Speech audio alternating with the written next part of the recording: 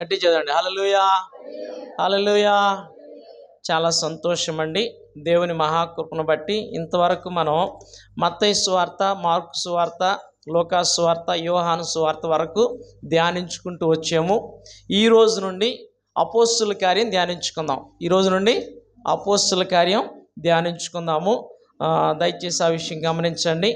ఎప్పుడు వీలైతే అప్పుడు అపోస్తుల కార్యం, ఎవరైనా ప్రత్యేకంగా గెస్ట్ స్పీకర్ వచ్చారనుకోండి, అప్పుడు వారికి దేవుడిచ్చిన వర్తమానం అందిస్తూ ఉంటారు. సో అపోస్తుల కార్యం చదువుతూ ఉండండి. చదువుతూ ఉంటే మనకు చెప్పినప్పుడు క్లియర్గా అర్థమవుతూ ఉంటుంది. చిన్న మాట ప్రార్థన చేసుకుందాం. పిల్లలు కూర్చొని, ఇంకెవరు లేవద్దు. పరిశుద్ధుడా మీకు వందనాలయ్యా, రక్షకుడా మీకు వందనాలు, స్తోత్రం చెల్లిస్తున్నామయ్యా.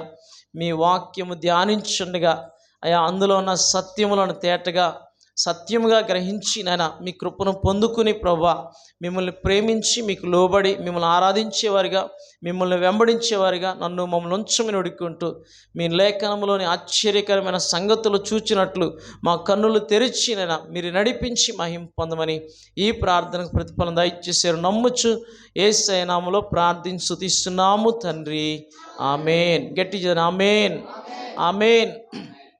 చాలా సంతోషం. అపోస్తుల కార్యానికి ఇంకొక పేరు కూడా ఉంది, పరిశుద్ధాత్మ కార్యములని. ఏమని పేరు ఉందండి?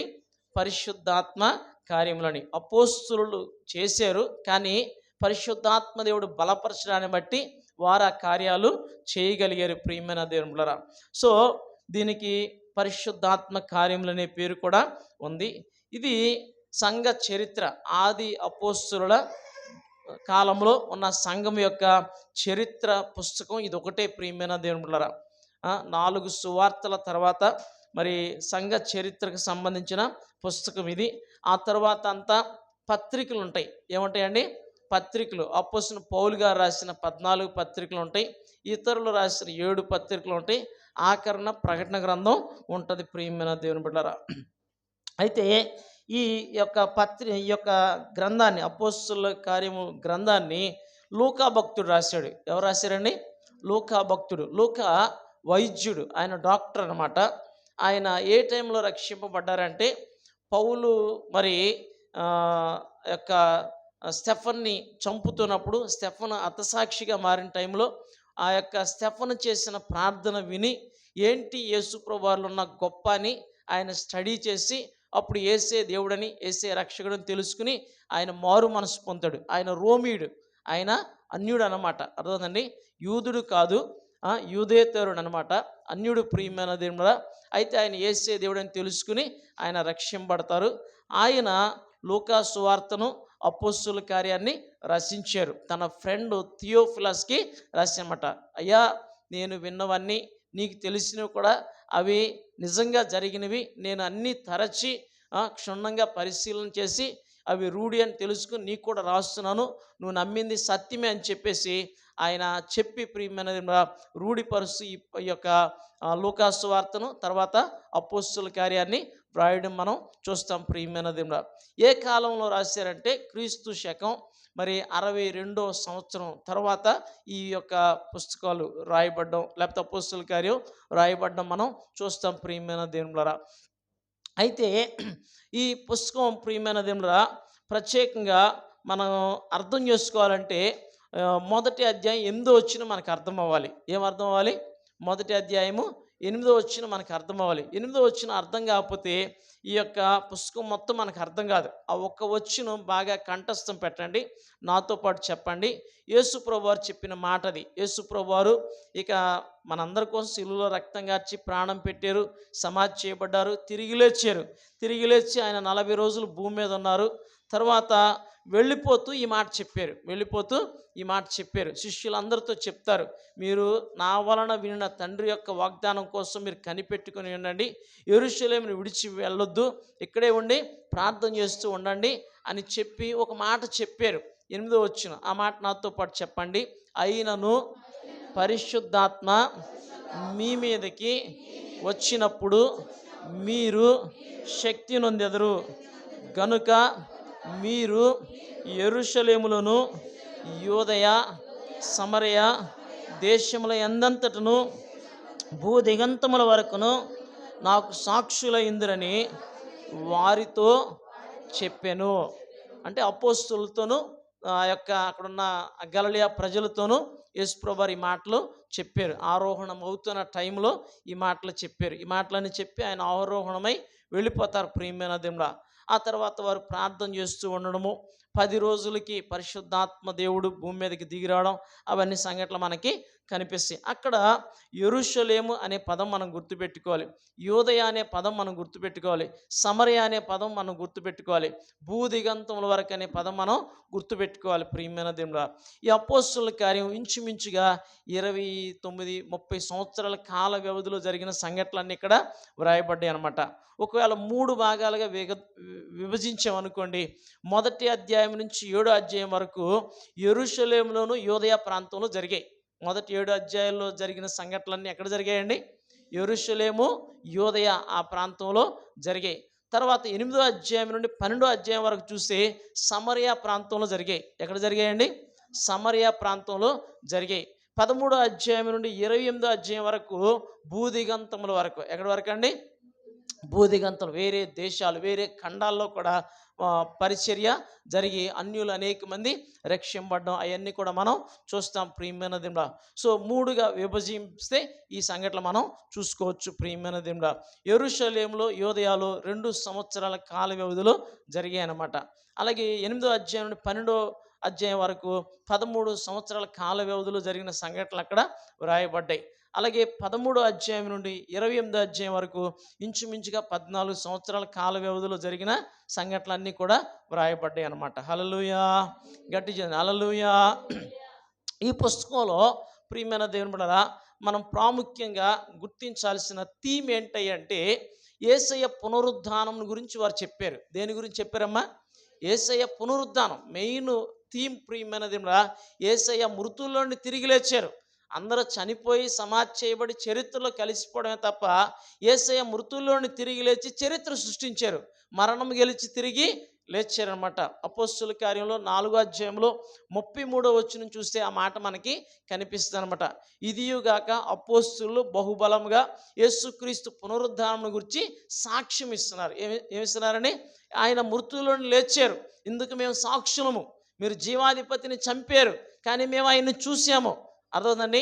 సో యేసయ్య తిరిగి లేచారని అపోస్తులు బహుబలంగా సాక్ష్యం చెప్తున్నారు. హల్లెలూయా, గట్టి హల్లెలూయా.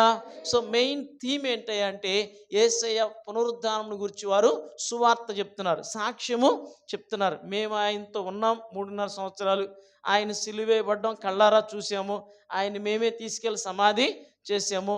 ఆయన శవాన్ని చూడడానికి వెళ్తే ఆ శవం అక్కడ లేదు, దేహం అక్కడ లేదు, ఖాళీ సమాధి ఉంది.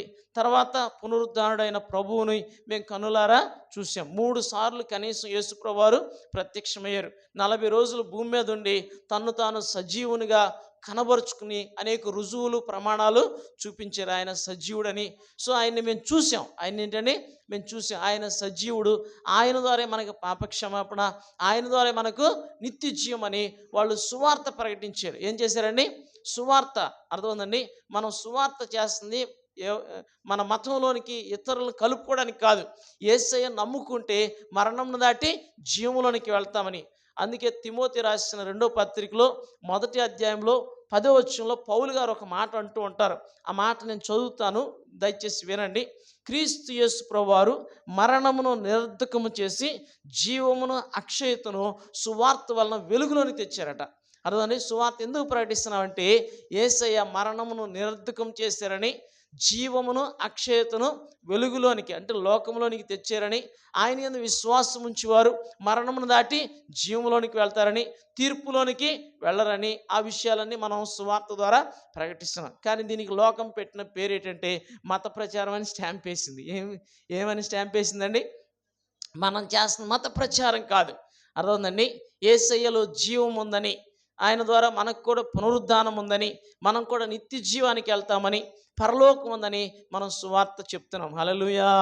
ఆయన ద్వారా పాపక్షమాపణ ఉందని, ఆయనే మనందరి కోసం శిలువలో రక్తం కార్చి ప్రాణం పెట్టారని సువార్తను ప్రకటిస్తున్నాం అనమాట. కాబట్టి ఈ పుస్తకంలో మెయిన్ థీమ్ ఏంటంటే యేసయ్య పునరుద్ధానం గురించి. దేని గురించి అండి? యేసు ప్రభువారి పునరుద్ధానం గురించి ఈ పుస్తకంలో క్లియర్గా వాళ్ళు ప్రకటించినట్లుగా, అపోస్తులు ప్రకటించినట్లుగా శ్రమలు వచ్చినప్పటికీ, అర్థమైందండి, శ్రమలు వచ్చినప్పటికీ కూడా వాళ్ళు యేసయ్యని విడిచిపెట్టకుండా యేసయ్య సువార్త ప్రకటిస్తూ వారు అన్ని ప్రాంతాలు సంచరించినట్లుగా మనం చూస్తూ ఉంటాం అనమాట. హల్లెలూయా, గట్టి హల్లెలూయా. అంటే ఈ మాటలన్నీ మనం శ్రద్ధగా వింటే రేపు మళ్ళీ అపోస్తుల కార్యం చదువుతున్నప్పుడు ఒక్కొక్క విషయం మనకు అర్థమవుద్ది. అర్థమవుందండి. అందుకే జాగ్రత్తగా వినాలని ప్రభు నామములో మనం చేస్తున్నాను. ఆ తర్వాత ఇంకొకలాగా మనం అపోస్తుల కార్యం ఆలోచన చేస్తే మనకి చదివినప్పుడు ఈజీగా మనకి అర్థమవుద్ది ప్రియమైన దేవుడా. ఇప్పుడు ఈ పుస్తకంలో మెయిన్ హీరో మన యేసయ్యే, ఇంక అందులో డౌట్ ఏమీ లేదు. హల్లెలూయా.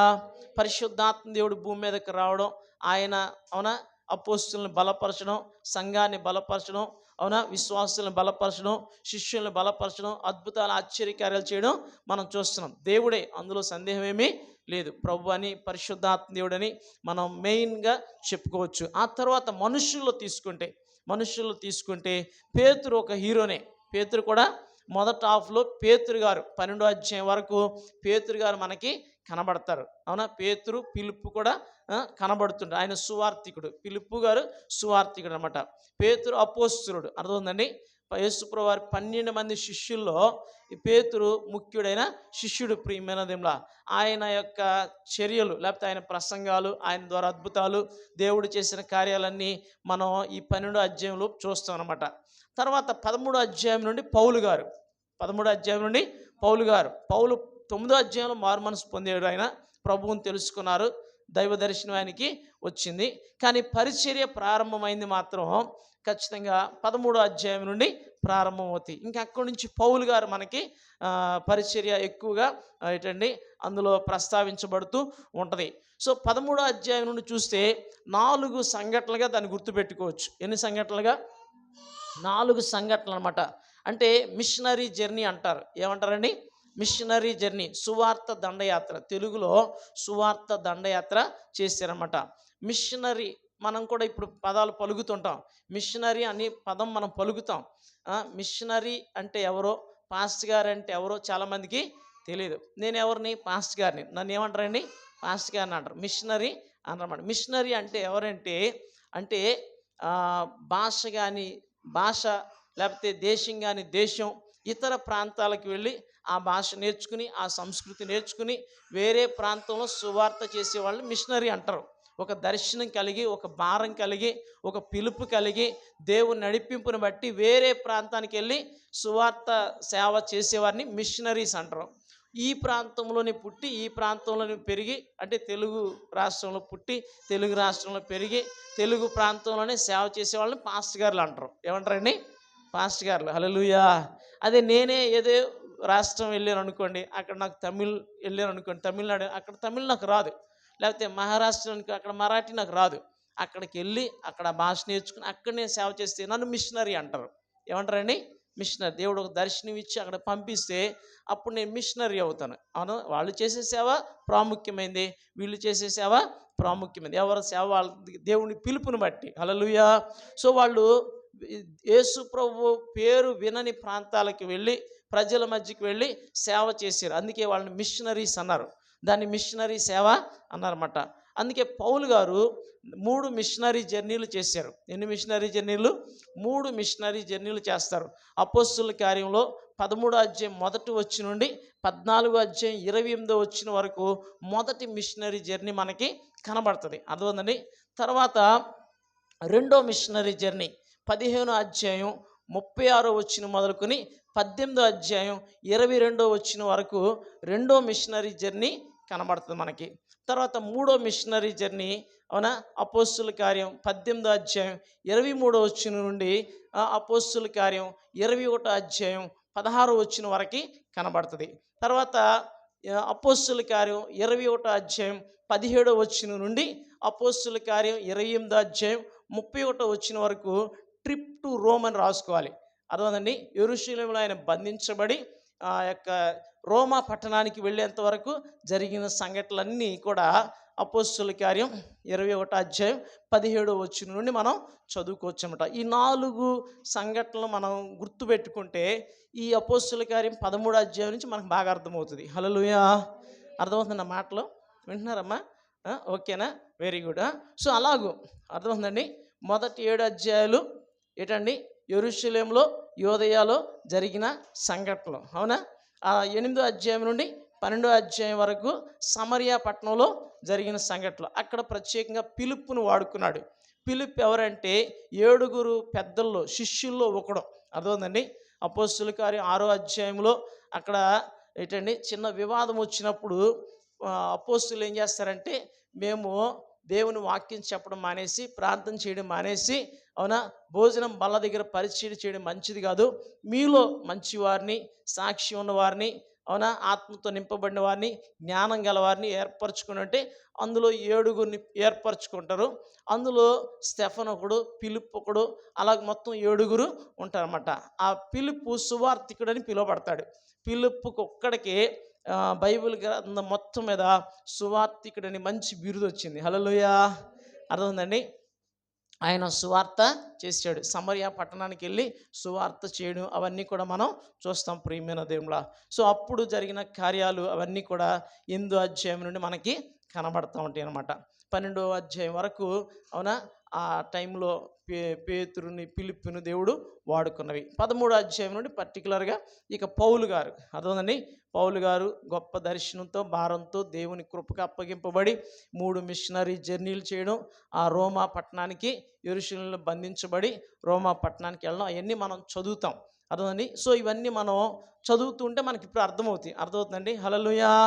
అందుకే మీరు చదవండి. అపోస్తలుల కార్యం మనకు అర్థమైతే, అపోస్తలుల కార్యం ఒకటి, రోమీలు రాసిన పత్రిక ఒకటి, హెబ్రీలు రాసిన పత్రిక ఒకటి, ప్రకటన గ్రంథం, నూతన నిబంధన 4 పుస్తకాలు కనుక ఒక విశ్వాసికి అర్థమైతే ఆయనకి చాలా బాగా అర్థమైనట్టు లెక్క. దేవుని సత్యం వాళ్ళకి అర్థమైంది, దేవుని సంకల్పం వాళ్ళకి అర్థమైంది. ఇంకా చెప్పాలి, దేవుడు వారికి అర్థమయ్యాడని మనం భావించవచ్చు. హల్లెలూయా. ఇవి కొంచెం అర్థం కావు, అర్థమైందండి.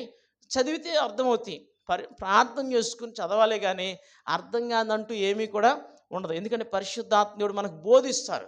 ఏం చేస్తారమ్మా?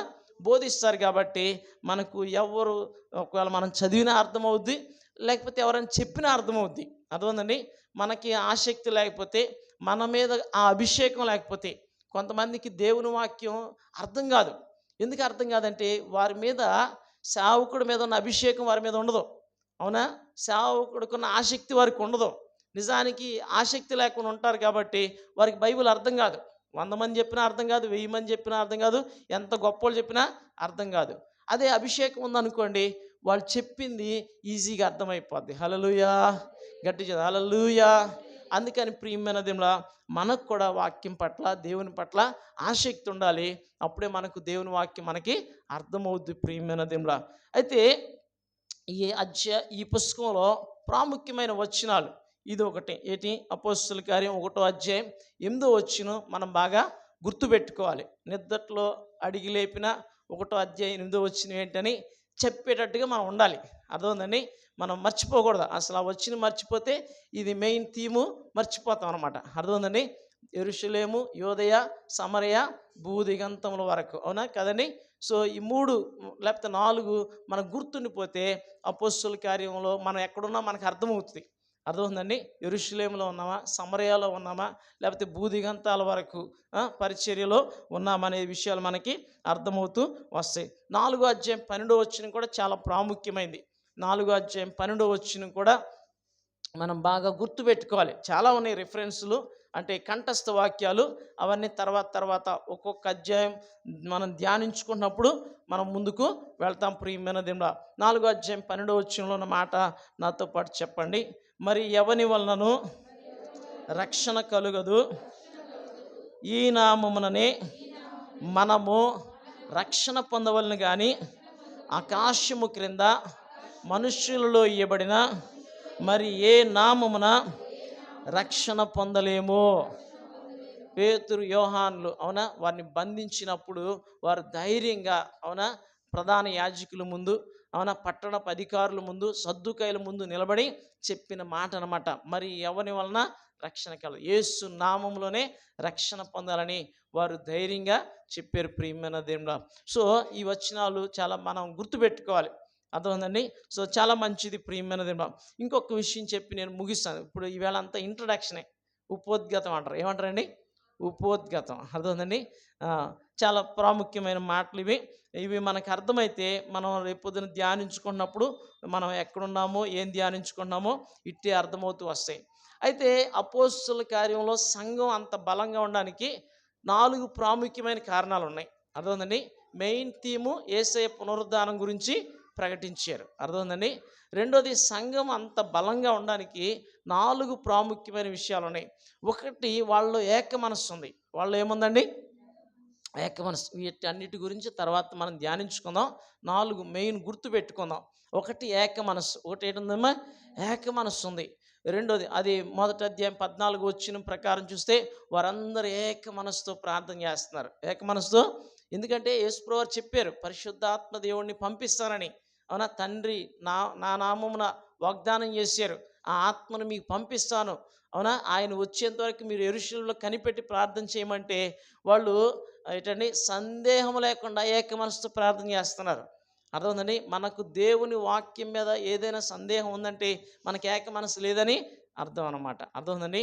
సో 120 మంది అక్కడ అపోస్తులు కాకుండా అనేక మంది యేసుప్రభువు వారి తల్లితో కలిపి చాలామంది మేడగదిలో అవునా కూడుకుని పరిశుద్ధాత్మ దేవుని యొక్క ఏంటండి కుమ్మరింపు కొరకు, ఆయన రాక, కుమ్మరింపు అనకూడదు, రాక, ఆయన ఏంటండి అంతకుముందు పరిశుద్ధాత్మ దేవుడు భూమి మీద ఉండేవారు. కానీ ఒక్కొక్కళ్ళ మీద ఉండి ఆ పరిచర్య అయిపోగానే సమూయేలు గారి మీద అలా నిలిచి ఉన్నారు. ఆయన చనిపోగానే మళ్ళీ పరిశుద్ధాత్మ దేవుడు వెళ్ళిపోయేవాళ్ళు. అర్థమైందండి. అబ్రహాం గారి మీద, దావీదు మీద, మోషే మీద, అలాగే అవునా ఏలియా గారి మీద, ఒక్కొక్కరి మీద పరిశుద్ధాత్మ దేవుడు దిగి వచ్చేవాళ్ళు. వాళ్ళు చనిపోయాక వాళ్ళ పరిచర్య మళ్ళీ వెళ్ళిపోయేవాళ్ళు. కానీ అపోస్తుల కార్యం 2వ అధ్యాయం వచ్చేసి ఇంకుండిపోయారు. అర్థమైందండి. ఎప్పుడు వరకు ఉంటారంటే మనలను అంటే సంఘాన్ని పెండ్లి కుమార్తె వలె సిద్ధపరిచి పరలోక రాజ్యాన్ని తీసుకెళ్లేంత వరకు ఇక్కడే ఉంటారు. హల్లెలూయా. అప్పుడు వరకు పరిశుద్ధాత్మ దేవుడు ఎల్లరు ప్రియమైన దేవుడురా. పాత నిబంధనలు అయితే వచ్చి వెళ్ళిపోయేవారు. అర్థం పని అయిపోగానే వెళ్ళిపోయేవారు. కానీ ఇప్పుడైతే వాళ్ళు ఉన్నారనమాట. కాబట్టి అప్పుడు మొదటి రాక కోసం మనం ప్రార్థన చేసాం. అయితే ఇప్పుడు మనం వ్యక్తిగతంగా ఆత్మ కుమ్మరింపు కోసం ప్రార్థన చేసుకోవాలి. అర్థమైందని. ఆత్మ నింపుదల కోసం. ఎవరైతే యేసే దేవుడని, యేసే రక్షకుడని, యేసు రక్తం ప్రతి పాపమును కడుగునని నమ్మి మారు మనసు పొందారో, ఇంకా చెప్పాలంటే యేసే రక్తంతో ఎవరైతే కడగబడ్డారో వారి మీదకి పరిశుద్ధాత్మ దేవుడు దిగొస్తారు. హల్లెలూయా. అర్థమైందండి. యేసు ప్రభు నమ్మి యేసే రక్తంలో కడగబడిన వాళ్ళ మీదకి పరిశుద్ధాత్మ దేవుడు దిగొస్తారు. అర్థమైందండి. అయితే కొన్నిసార్లు కొంత ఎక్స్పీరియన్స్ వస్తుంది. పరిశుద్ధాత్మతో నింపబడ్డప్పుడు కొంత ఎక్స్పీరియన్స్. అవునా? నిజంగా ఇంకా పశ్చాత్తాపడి ప్రార్థన చేసుకోవడం, లేకపోతే హృదయంలో ఏదైనా ఏంటండి ఒక అనుభవం రావడం ఏదో జరుగుతుంది. ఒక్కొక్కరికి ఒక్కొక్క ఎక్స్పీరియన్స్ ఉంటుంది అనమాట. అర్థమైందండి. ఒక దర్శనం రావడం, లేకపోతే భాషలతో మాట్లాడడం, లేకపోతే హృదయంలో గొప్ప వెలుగు రావడం, ఏదో ఒక అనుభవం వస్తుంది అనమాట. అయితే యేసయ్య నమ్ముకున్న ప్రతి వారు దేవుని ఆత్మచేత నింపబడాలి. అది ఇంకా దేవుడు మనకిచ్చిన ఆ గిఫ్ట్. ఏంటమ్మది? గిఫ్ట్, బహుమానం. అర్థమైందండి. వరం. అది పరిశుద్ధాత్మ దేవుడే వరముగా దిగొచ్చారు. పరిశుద్ధాత్మ వరాలు కాదు మనం అడగాల్సింది, పరిశుద్ధాత్మనే వరాన్ని అడగాలి. ఏమడగాలండి? పరిశుద్ధాత్మను వరమును మీరు పొందుతారని అపోస్తుల కార్యం 2వ అధ్యాయంలో 38వ వచనంలో ఉంటుందన్నమాట. యేసుక్రీస్తు నామమున మీరు మారు మనసు పొంది బాప్తిసం తీసుకోండి, అప్పుడు మీరు పరిశుద్ధాత్మను వరమును పొందుతారు. పరిశుద్ధాత్మ వరములు కాదు. ఇప్పుడు చాలామంది పరిశుద్ధాత్మను అడగకుండా పరిశుద్ధాత్మ వరములు అడుగుతారు. అవునా? పరిశుద్ధాత్మను అడగాలి. పరిశుద్ధాత్మ దేవుడు మనలో ఉంటే అప్పుడు ఏ వరం కావాలంటే ఆ వరం ఆపరేట్ అవుతుంది. అర్థమైందండి. మనకి గిఫ్ట్ కాదు కావాల్సింది. అవునా? అవునా? గిఫ్ట్ ఇచ్చే ఆయన కావాలి. ఎవరు ముఖ్యం? ఇచ్చే ఆయన ముఖ్యమా, గిఫ్ట్ ముఖ్యమా? ఇచ్చే ఆయన ముఖ్యం. హల్లెలూయా. సో వరాలు ఇచ్చే పరిశుద్ధాత్ముడే వరముగా మనకి అనుగ్రహించబడ్డారన్నమాట. అందుకని ప్రియమైన దేవులారా, ఆయనతో మనం నింపబడాలి. ఏం చెప్తున్నాను? ఏక మనసుతో మనం ప్రార్థన చేశారు వాళ్ళు. ఒకటి. రెండోది, వాళ్ళు నిష్కపటులై ఉన్నారు. ఏమై ఉన్నారు? నిష్కపటులై ఉన్నారు.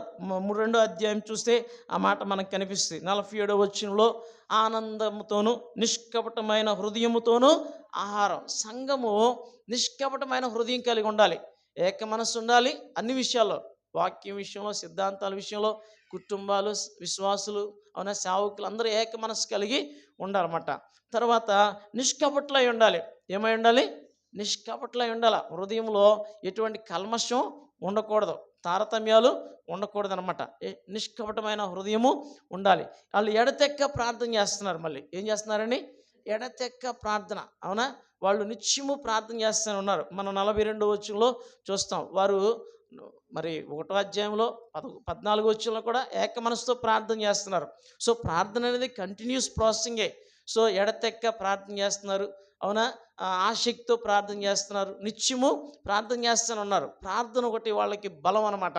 ఏంటండి? 4 ఒకటి ఏక మనస్సు, రెండోది నిష్కపటమైన హృదయం, మూడోది ఎడతెక్కకుండా ప్రార్థన చేస్తున్నారు, నాలుగోది వాళ్ళు సువార్త ప్రకటిస్తున్నారు. నాలుగోది ఏం చేస్తున్నారు? సువార్త. ఆ దినాల్లో ఉన్న సంఘం అంత బలంగా ఉండడానికి కారణం, విస్తరించడానికి కారణం అర్థమవుతుంది. ఈ 4 ఏ సంఘంలో అయితే ఈ 4 ఉంటాయి, ఆ సంఘం బలంగా ఉంటుంది, విస్తరిస్తూ ఉంటుంది. అర్థమవుతుందండి. సో మన సంఘంలో కూడా ఈ 3 ఉన్నాయి. ఏంటి ఉన్నాయి? ఏక మనసు ఉంటాం, నిష్కపటంగా ఉంటాం, ప్రార్థన చేస్తాం. సువార్త తక్కువ, సువార్త చాలా తక్కువ. వ్యక్తిగతంగా చేస్తున్నాం, సంఘంగా ఇంకా చేయాలి. అర్థమవుతుందండి. సో అది కూడా మనం గనక సువార్తకు తగినట్లుగా జీవిస్తూ సువార్త ప్రకటించాలి, కానీ సంఘం ఇంకా విస్తరిస్తుంది. హల్లెలూయా. అర్థమవుతుందండి. మనం సువార్త తగినట్లుగా జీవించాలి, సువార్తను ప్రకటించాలి, ఖచ్చితంగా సంఘము విస్తరిస్తుంది అనమాట. కాబట్టి ప్రియమైన దేవుని బిడ్డలారా, అవునా, ఈ 4 ఆదిమ సంఘంలో ఉన్నాయి. మినిమం ఇంకా చాలా ఉన్నాయి, బేసిక్గా ఉండాల్సినవి 4 ఉన్నాయి. కాబట్టి స్ట్రాంగ్గా ఉంది, బలంగా ఉంది. ఎన్ని శ్రమలు వచ్చినా వాళ్ళు ప్రభువును విడిచిపెట్టలేదు. అర్థమైందండి. అపోస్తలుల కార్యం 8వ అధ్యాయం 1వ వచనంలో చూస్తే, అవునా, యెరూషలేములో గొప్ప హింస కలిగినప్పుడట అపోస్తలులు తప్ప అందరూ చెదిరిపోయారట. చెదిరిపోయిన వాళ్ళు కూడా సువార్త ప్రకటించారట. ఏం చేశారండి? సువార్త ప్రకటించారు. అంతే తప్ప ప్రభువు నమ్ముకుంటే శ్రమలు వస్తాయి, ఇంకా బతికితే బతికాము, ఇంకెందుకు దేవుడు అని వదిలేయాళ్ళు. వాళ్ళకి తెలుసు యేసే దేవుడని.